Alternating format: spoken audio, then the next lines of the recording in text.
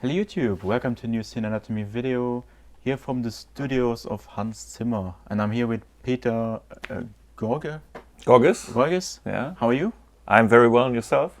Well, it's NAMM is over. Yeah. Last meeting. Sounds good. Ujam is your company. Right. How long are you already on the market?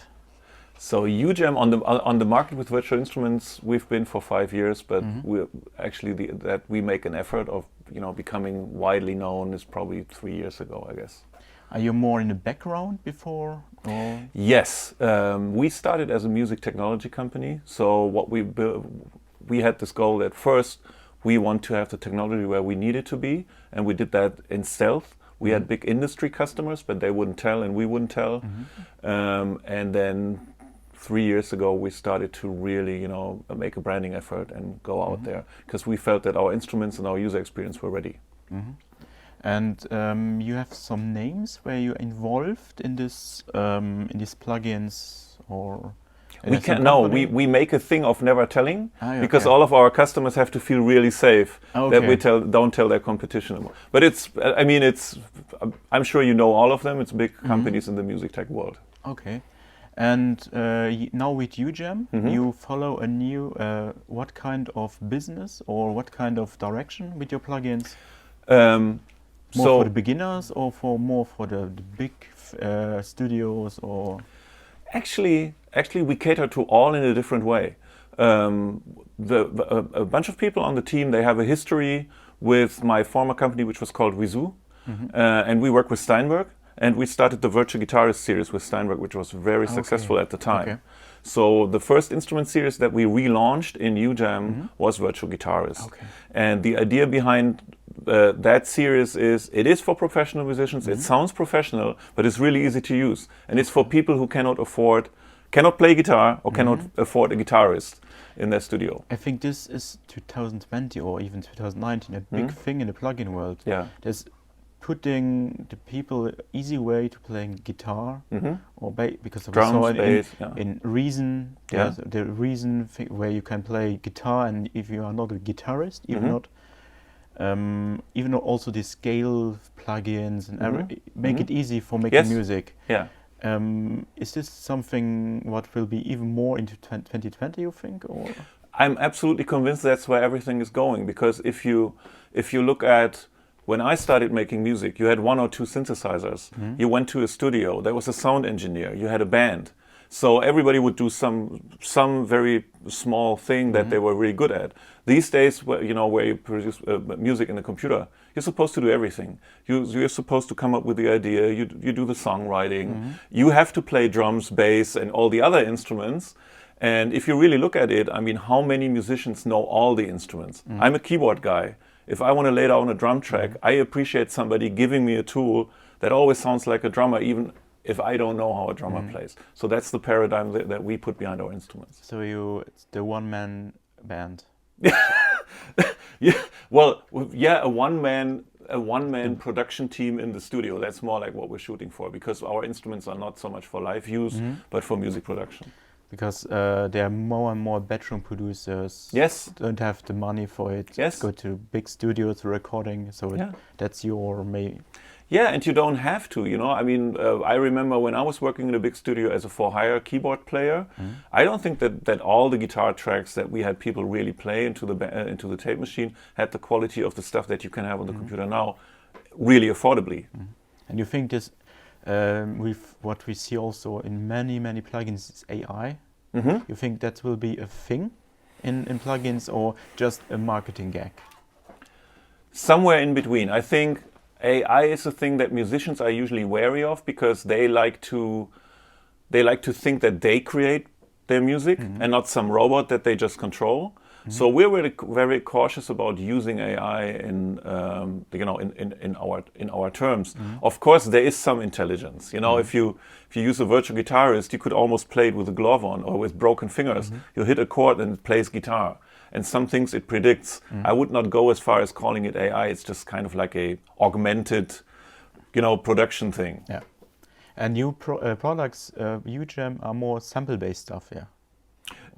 So far, most of our stuff has been sample-based. but that doesn't mean that it has to be that way all So the you time. can bring a synthesizer with. Oh yeah. We want to go really broadly. Like in a few years, we want. If I have my way, or if we have our way, we'll have everything covered. Okay. Yeah. And what? Because we have so much plugins on the market. I think how many? 10,000, 5,000. I don't know. Every day. Too many. Every day, 5 new plugins or 6. Yeah. And I think most of them are the same or not really going forward. What is possible today with our power? We have MacBooks, tons of power, and then they are not really taking the advantage of the technology. Yes. Yeah. What makes your plugins different than? So our special approach is really. I think we spend way more time on simplifying the user interface than other companies do. Our approach is more like, as I said, if you start writing a song on the computer and say it's like a traditional rock pop band thing, you spend the first 1 hour just laying down the drum and bass and guitar tracks just to get them out of the way, because you're really focused on the synthesizer. Yeah. Maybe, right? I would be. So you don't want to spend that hour or 2 hours. It slows you down. Our user experience, in our instruments, is designed so we make it as easy for you as possible, but not by limiting the musical possibilities, but just by really leaving your head free for the ideas that you really want to get across. You answer me just my question which I had. Often, if you're limiting the user interface, the possibilities are often then less. Because if you have a very simple synthesizer, there are features missing, of course. Yeah. How are you deciding what is important and not important in your development? We think it very much from, so we design our plugins very much from the user's perspective. So it's not like, we sit in a team and go like, hey, this is what we could build. This is all the knobs we could put on the user interface. The way we think about it is like, I'm sitting here, I have an empty track, I want a guitar. What is it I'm gonna need? So we're not talking about features, we're talking about the workflow. Okay. And then we'll put on the user interface whatever supports that workflow. Okay. So to give you a brief example, a virtual guitarist, for example, is the UI is always divided into the instrument section where you tweak your guitar sound. Then there's a performance section that defines what the player plays for you, and then there's a mix or sound shaping section where where you add effects or compression or distortion. So you said it has just more sample-based stuff, more easy to use, but we can expect more stuff from you, which in direction goes in direct. I think physical modeling is something we are missing in the world of plugins because they are quite limited currently. Yeah. And also in the synthesizer domain, I would see maybe not a featureless synth, but which gives the people a lot of possibilities, but not that overcrowd with tons of There's features. enough for that. There's enough stuff for that already out there. Yeah. But you have now, you go a different way, or you go with a different plugin, not sample-based, but it's now an effect, right? You're talking about the new thing? That actually, that came about, we released a virtual guitarist Carbon in November.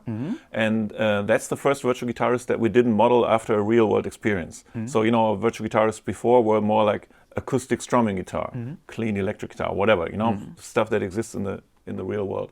Carbon was the thing that came because many of us started hearing in action movies or computer game soundtracks or commercials, we started to hear very almost metal-like, very strict quantized guitar sounds that were highly sound designed.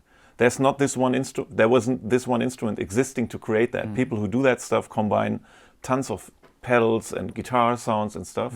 So when we did Carbon, we wanted it not only to be a guitarist but also a sound design tool. Okay. So we put this effect channel in there. Where you had 20 effects, and then in the Carbon user interface you would pick a preset and then turn a knob and automate it. And then when we put Carbon out, one of the biggest requests from our user community to our support email address was, when can we get Finisher, which is the name of this effect thing, when can we get it as an individual plugin? Okay. But you have now already think of the website before Christmas. You released Finisher Lite. We did Finisher Micro. Micro, yeah. Which was like just a little free gift because we were excited about Karen. We were excited about the feedback to Finisher, and it was more like, you know, all of us did it in our spare time just because we loved the idea. Okay, and maybe we can get a look in Finisher. Yes, absolutely. Right over here. So this is called Finisher Neo. That's the new product that we are going to launch on January 28th. So let me explain a little bit the concept behind that, because it's very similar to our instruments. Picture yourself sitting in the studio with, say, a clean Rhodes piano or guitar sound. What you have to do these days to make it interesting is always to set up effects in an effects channel. You have to do something about the dynamics. You maybe want to distort it. You want to put a chorus on it or an ambience. And the idea behind Finisher is, like with our instruments, a very quick way to saving you that effort and that time. Because also very often it's kind of like it kills the inspiration to set up so much stuff. Finisher, the idea of Finisher is really you have a track run, and I can show it to you right away. You have a track run and then just go through different, we call it modes, because it's always effect configurations. And then when you find one that you like, you just tweak it a little bit and you're done, right? So let's just play this thing. This is the clean track. This thing is called Infinity. I turn up this knob.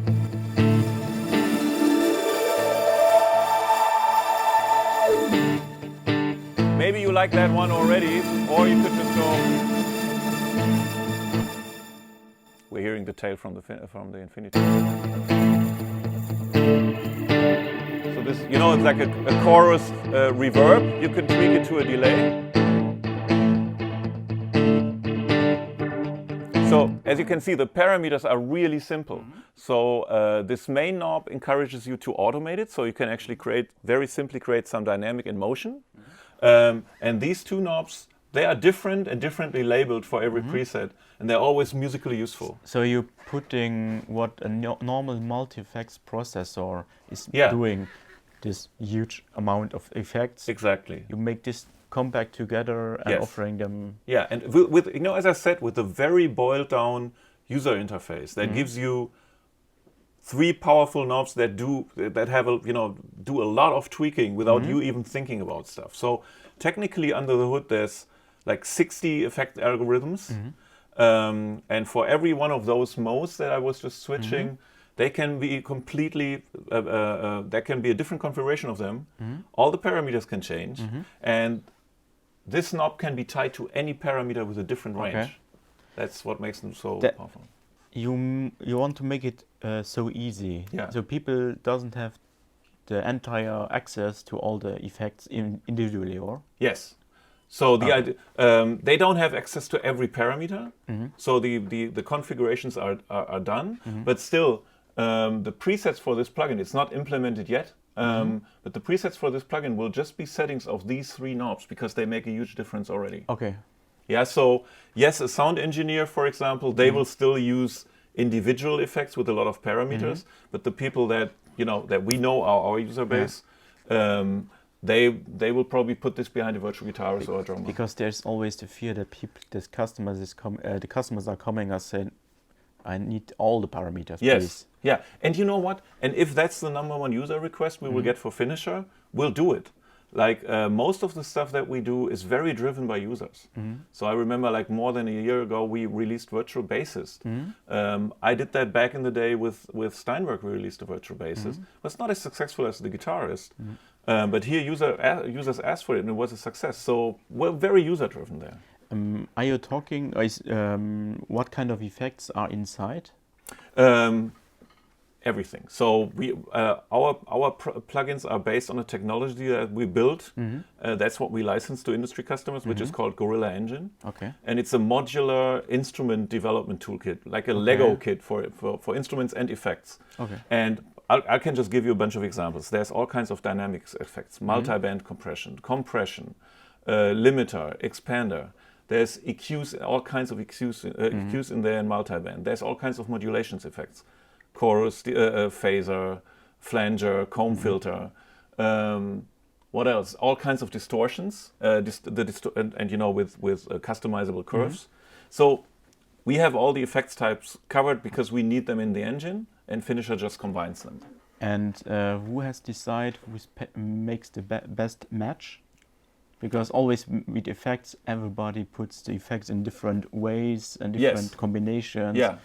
So it's actually me building all these things, and I draw on my experience. I'm not a sound engineer, but I'm a sound designer. Like, my history is with building synthesizers and helping manufacturers with synthesizer presets. So I can, and I used to be a for-hire arranger and keyboard player. So I think like those people who will use those effects, as opposed to most effects plugins where people look at the sound engineer and cater to them. Would it possible, from my side now, to get maybe a button there where you can maybe internally change the routing?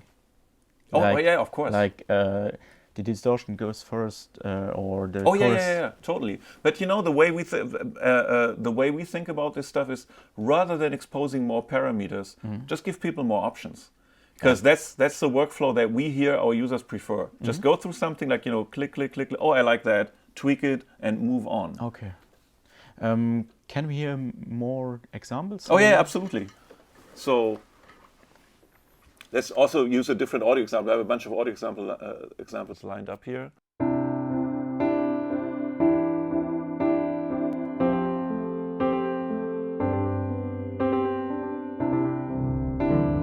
That you can pitch down by an octave or pitch up by an octave.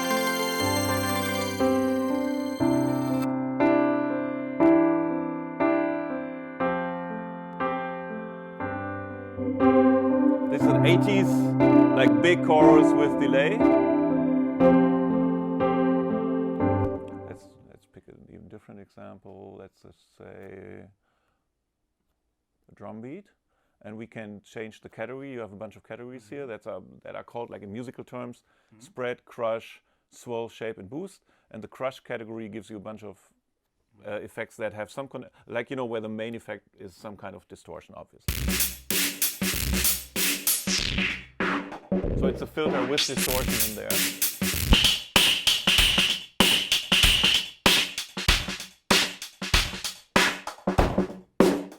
So you can see these knobs are not just, you know, subtle settings, they really do something. You can even create feedback here. That's total destruction. Or let's just try this one here.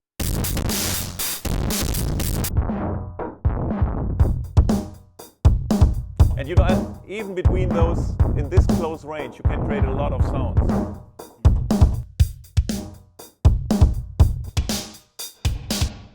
Oh, let me find something like, oh, I have vocals here. Let's find something for the vocals that's like a swirl, from the swirl category, like this one maybe. Oh, sorry.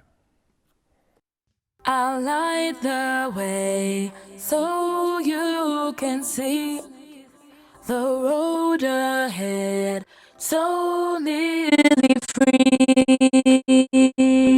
And as you can hear, this is always effects that take a lot of time to set up in Parallel as well. And that's a very quick way of, you know, like, getting something inspiring out of those tracks. I'm really enjoy this GUI. It's super easy because it doesn't take that much to learning a manual or to understand the manual, but the features. So thank you very much. That's actually, we make a point of calling our user interfaces fail-free. You can do whatever you want. There's no setting whatsoever that gives you silent sound or something that's completely out of whack or distorted, like not intentionally distorted. Because I have many users who are mobile musicians. Is iOS a topic for you? Oh yeah, totally. Yeah. Because I would see like this on iOS. Yeah, and you know, as I said, if people ask us for it, and number one asked us for it, because Apple we'll has the audio unit version 3 technology, which just makes it easy for audio units to port to iOS. Yes, and it's not super hard for us because our engine supports it, because we had to build it for industry customers anyway. So yeah, if it's worth doing it, we'll totally do it. The 2P is a nice addition to the mobile world. Yeah, I agree. Okay, and when we can get it? This one? Yeah. January 28th. So when this video is online, you can get the plugin. Yes, people can download. We always do that. People can download a 30-day trial version. That has no demo noises or anything, so they can play with it for 30 days for free. Okay. Thank you, Peter. Thank you, Tom. Have a nice day. Thank you, and hope you enjoy this video. Please let me know in the comments below maybe your questions or your suggestions. They will read it and maybe they will implement then the features. Big thanks and bye. Hi, guys.